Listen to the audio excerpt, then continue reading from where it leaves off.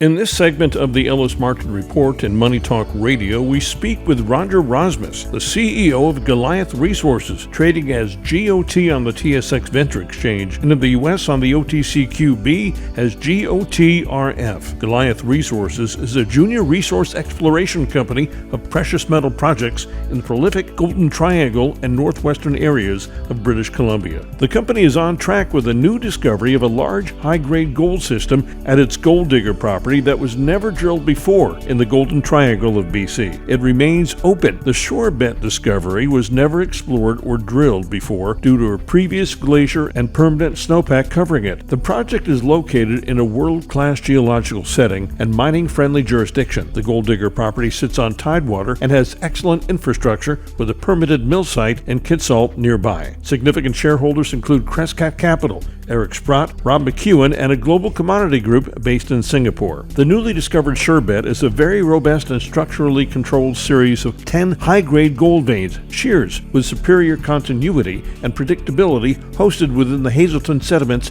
and volcanics over a 1.8 square kilometer area. It has 2.1 kilometers of exposed mineralization at surface. Mr. Rosmus has over 25 years of investment banking experience in the public and private sector. He has acted as lead on over 30 M&A transactions, and through his previously owned exempt market dealer firm, completed many financings. Roger, welcome to the program. It's great to visit with you today, especially with this fantastic news that you just released. Thanks, Ellis. It's always a pleasure to be chatting with you, and obviously a pretty nice update recently, hence us gathering here once again. You've had two great updates recently, maybe more as far as I can tell, delivering 1 ounce per ton in one of the areas of the Bonanza high-grade zone and another 4 ounces per ton over 10 meters. What's going on here? You keep delivering company maker news. Yeah, as again, we've spoken in the past, as we get further into the system, particularly in the Bonanza zone, we're seeing higher abundance of visible gold, coarser grain gold. As an example, even with what we put out to date, we still have 89 holes, assays pending of the 105 holes from 2024. Essentially 50 holes were drilled in 2024, 42, I'll call it 84%.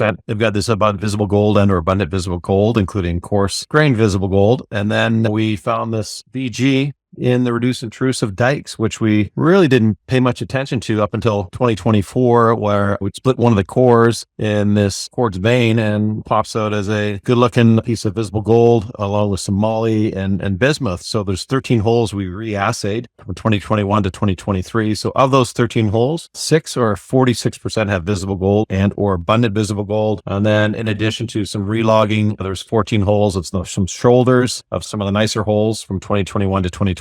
We thought maybe we might have left some gold on the hill, which clearly we have, because 3 of those, or 21% of those shoulders, do have visible gold or abundant visible gold. And then last but not least is our Treasure Island, 40 kilometers to the north of Shorebet, which is a SK Creek lookalike, I would say, a VMS massive sulfide style of mineralization, where we drilled 12 holes there, all of which look pretty decent. Certainly the best hole from each pad averages around 30 meters of mineralization. And then within that, we've got this 7 meters of massive to semi-massive material. Essentially looks carbon copy to what we took from surface, a channel cut just under a meter that ran 20 grams gold, I guess around 76 grams silver, and that had 5% copper. So what we're envisioning up there is obviously assays are pending. We're envisioning a high-grade VMS gold copper type of a system in that area. One of the things that we've been chatting about, or some of the folks that from the recent shows there in Vancouver, they're like, wow, you got Shorebet, a pretty amazing system there. Could you imagine if you drilled into a SK Creek at your Treasure Island? Why don't you tell our listeners what SK Creek means for some of those that are not familiar with that story? Sure. It was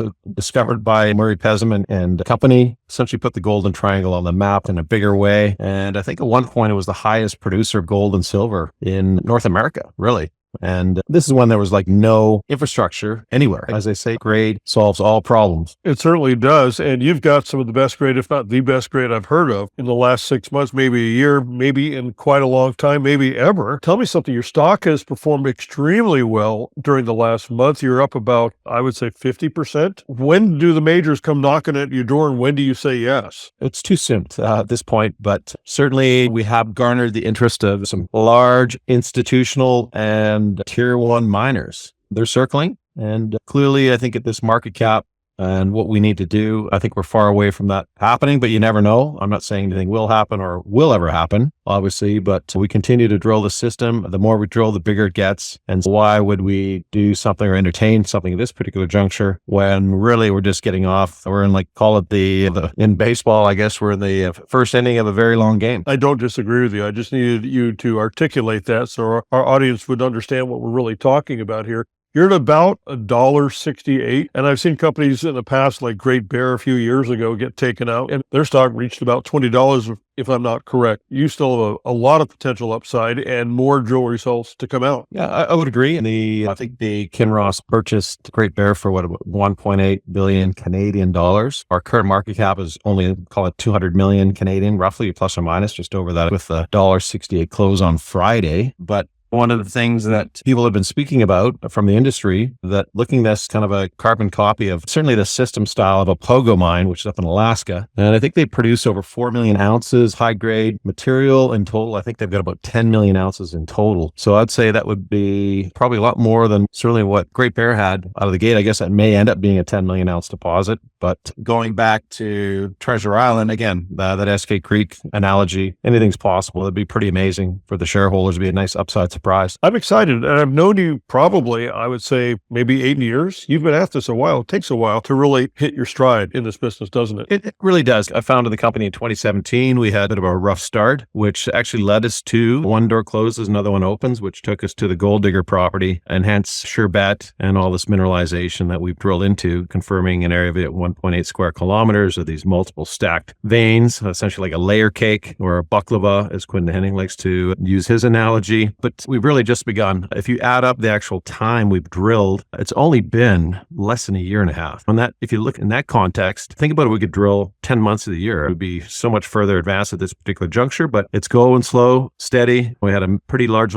drill program last year, 38,000 meters. And I would expect to see something very similar for 2025 to do some infill, increase some confidence in the system, folks looking at the story. And then as well, it does remain open in all directions. We'll look to expand the known system at depth and laterally. And there's more results to come. Based on probability and statistical analysis on our 89 holes. And again, the bulk of those having visible gold or abundant visible gold, it would suggest that there's going to be gold in that core. The big thing about the truth machine is it'll determine what grade and what kind of width we're going to get at the end of the day. Roger, it's been great catching up with you. I look forward to some more results soon and another conversation in the very near future. Thanks so much for joining me today on the program. Thanks, Ellis. Look forward to chatting to you very soon. Stay tuned. I've been speaking with Roger Rosmus, the CEO of Goliath Resources, trading as GOT on the TSX Venture Exchange and in the U.S. on the OTCQB as GOTRF. Go to the company's website, GoliathResourcesLTD.com. For Money Talk Radio, I'm Ellis Martin. Get a free subscription to the Ellis Martin Report. Go to ellis.gold.